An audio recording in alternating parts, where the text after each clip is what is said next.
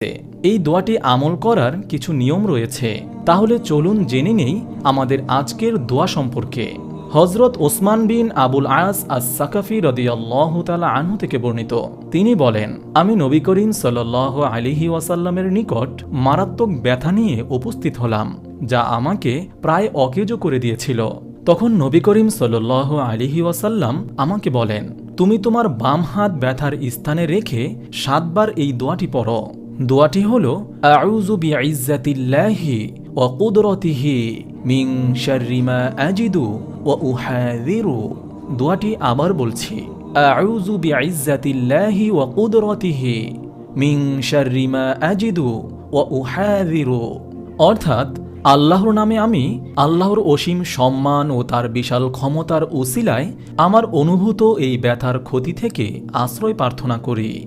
দোয়াটি পড়ার যে নিয়ম তা হল,